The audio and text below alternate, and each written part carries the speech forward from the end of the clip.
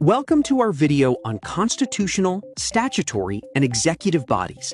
We will explore the key differences between these bodies, their legal bases, and their functions. The main distinction between constitutional and statutory bodies lies in their source of power and origin. Constitutional bodies are established directly by the Constitution itself. In contrast, statutory bodies are formed by an act of Parliament or a state legislature. Constitutional bodies, established by the Constitution's articles, are highly stable and require a constitutional amendment for changes. Statutory bodies, created by an act of Parliament, are less stable and can be abolished with a simple amendment. Examples of constitutional bodies include UPSC and CAG, while NHRC and SEBI are statutory bodies. Let's examine some major statutory bodies in India. The Reserve Bank of India, established in 1934, manages central banking and monetary policy. SEBI regulates securities markets and protects investors. NHRC promotes human rights standards, while NCW safeguards women's rights. Other key statutory bodies include the National Green Tribunal, or NGT, which resolves environmental disputes, and the Central Vigilance Commission, or CVC, for anti-corruption oversight. The Competition Commission of India, or CCI, prevents anti-competitive agreements, and FSSAI regulates food safety. Continuing with other regulatory and statutory bodies, TRAI, established in 1997, regulates telecom services and tariffs. UGC coordinates and maintains higher education standards. UIDAI provides unique identification and facilitates the targeted delivery of subsidies. Many statutory bodies were established based on specific committee recommendations. For instance, the Central Vigilance Commission was recommended by the Santhanam Committee. The Lokpal and Lokayuktas were suggested by the First Administrative Reforms Commission, and NABARD by the B. Shivaraman Committee. SEBI's establishment followed the Malhotra Committee's recommendations. The University Grants Commission was based on the Radhakrishnan Commission of 1948. Other bodies like NHRC and NCW were established via legislative mandate. Let's test your knowledge. The Central Vigilance Commission was set up on the recommendations of which committee? The correct answer is the Santhanam Committee report. The First Administrative Reforms Commission recommended Lokpal and Lokayuktas. The Gorwala Committee focused on public administration generally, and the Kriplani Committee dealt with corruption in the Indian Railways. Another question. The chairman and members of the UPSC hold office for the term of 6 years. Members of the UPSC hold office for a term of 6 years or until they reach the age of 65, whichever is earlier. They can resign to the president and be removed for misbehavior or incapacity after a Supreme Court inquiry. Key constitutional authorities have specific tenure rules. UPSC, Election Commission, and CAG members serve for 6 years or up to 65 years. State PSC members serve for 6 years or up to 62 years. The video summarizes key constitutional bodies in India. This includes the Election Commission, UPSC, CAG, Finance Commission, and commissions for specific communities. Also covered are the GST Council, Attorney General, and Special Officer for Linguistic Minorities. Next, a question on NITI Aayog objectives. Which of the following is not an objective of NITI Aayog? The correct answer is allocating financial resources to states, as NITI Aayog is a policy think tank, not a financial allocator. NITI Aayog, a policy think tank, does not allocate financial resources, a role handled by the Ministry of Finance and the Finance Commission. Its core objectives include fostering cooperative federalism, encouraging village-level planning, and focusing on weaker sections of society. Let's review key facts about NITI Aayog. Established in 2015, it replaced the Planning Commission and is an executive body. The chairperson is the Prime Minister. Its strategic approach is a bottom-up model, promoting cooperative federalism and state involvement in economic policymaking. Besides NITI Aayog, other important executive bodies include the Central Bureau of Investigation, or CBI, the Law Commission of India, and the Atomic Energy Commission. Also included are the National Development Council, or NDC, and the recently approved 8th Central Pay Commission, along with the National Water Development Agency, or NWDA. Reviewing practice questions. Which is not a constitutional body? The correct answer is NITI Aayog. Also, the Chief Election Commissioner's tenure is 6 years, or till the age of 65. Note that under the 2023 Act, the CEC and ECs are not eligible for reappointment. Next, a question on NITI Aayog's Governing Council. It comprises all chief ministers and lieutenant governors. The council embodies cooperative federalism and includes the Prime Minister as chairperson, chief ministers of all states, and LGs of all union territories. A major update is the NITI Aayog reconstitution in April 2026, aimed at strengthening its role in achieving Viksit Bharat at 2047. The new vice chairperson is Dr. Ashok Kumar Lahiri. New full-time members include prominent experts like Professor K.V. Raju and Professor Gobardhan Das, reflecting a blend of backgrounds. This question asks which two statements about the National Investigation Agency, or NIA, are incorrect. The incorrect statements are that it was established on November 30th, 2006, and that it requires state permission to investigate. The NIA is a statutory counterterrorism body under the Ministry of Home Affairs, operational since 2009.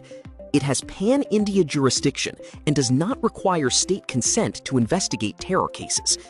Statements I and 4 are correct regarding its primary mandate and regional presence, including branches in Lucknow and Kolkata. Regarding NITI Aayog, which statements are correct? Statements 1, 3, and 4 are correct. It is the apex policy think tank under the Ministry of Planning and promotes cooperative federalism. Statement 2 is incorrect. Its predecessor, the Planning Commission, followed a top-down approach. A detailed analysis confirms that NITI Aayog is the apex policy think tank. Its predecessor, the Planning Commission, used a top-down approach. NITI Aayog is technically under the Ministry of Planning for administrative purposes and promotes cooperative federalism by involving states.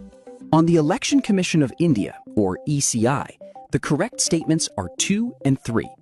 Part 15 of the Constitution deals with the ECI, and it was established on January 25, 1950.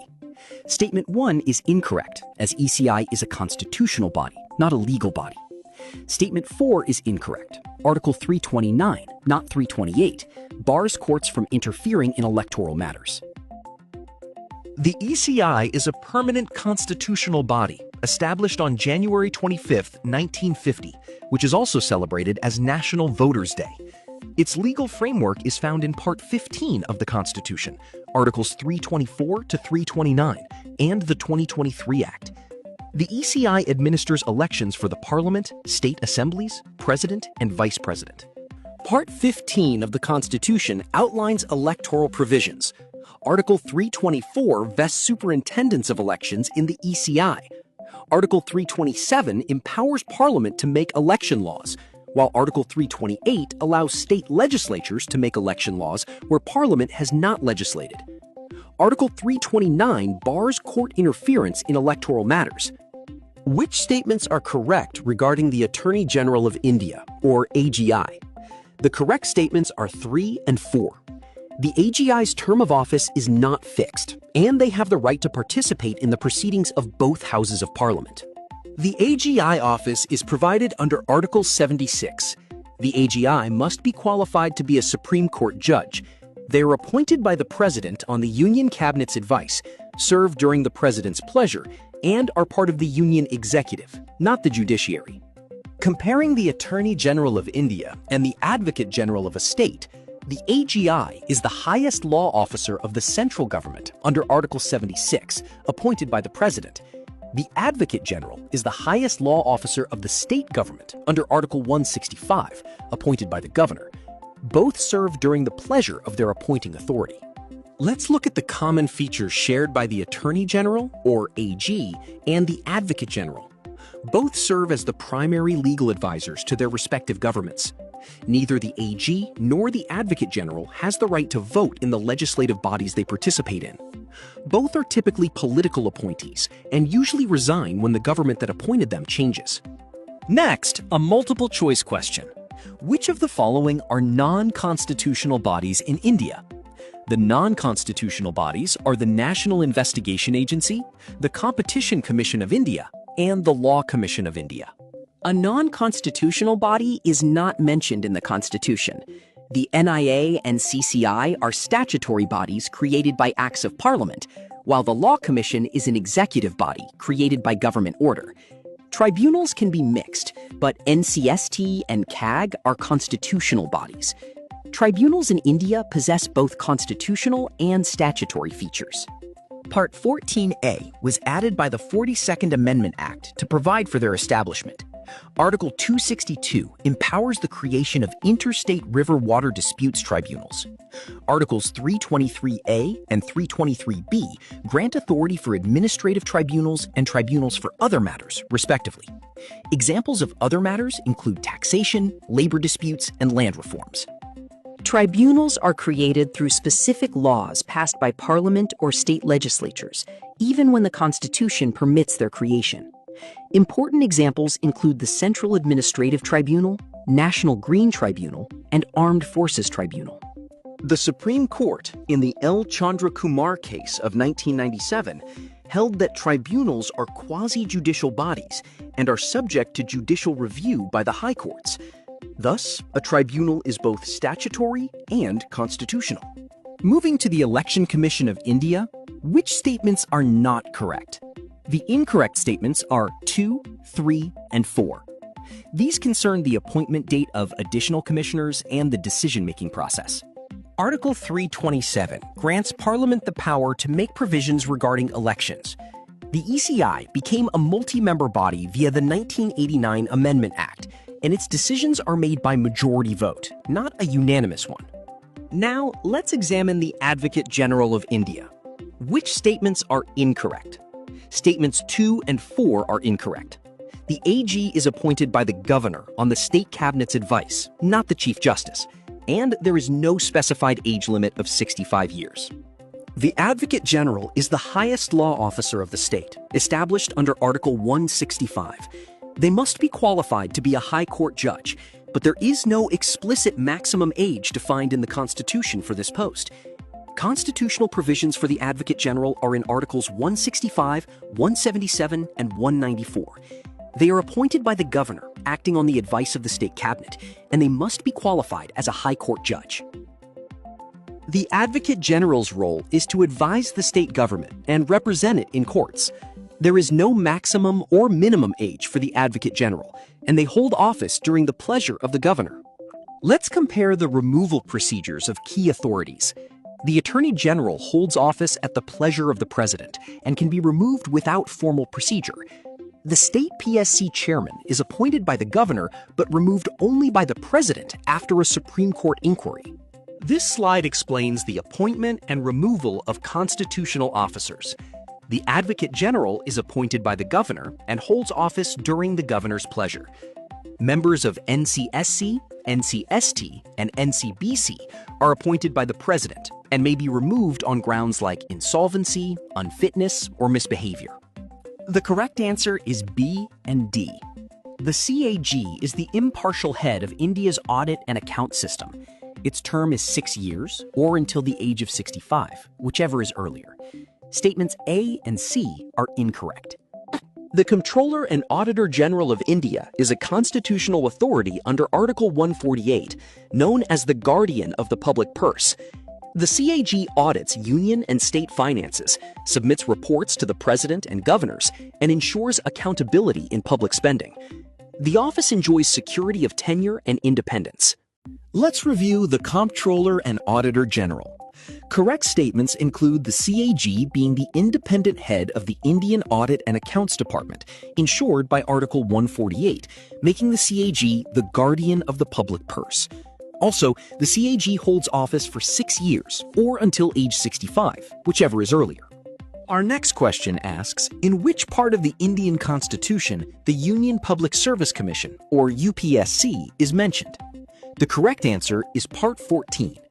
The UPSC is an independent constitutional body under Part 14, titled Services under the Union and the States, covering Articles 315 to 323. Let's look at why other options are incorrect. Part 7 was repealed by the 7th Constitutional Amendment Act of 1956. Part 13 deals with trade, commerce, and intercourse within India. Part 9 specifically deals with the panchayats, or rural local self-government. Here is an overview of key constitutional bodies. The Attorney General of India and the Comptroller and Auditor General are in Part 5.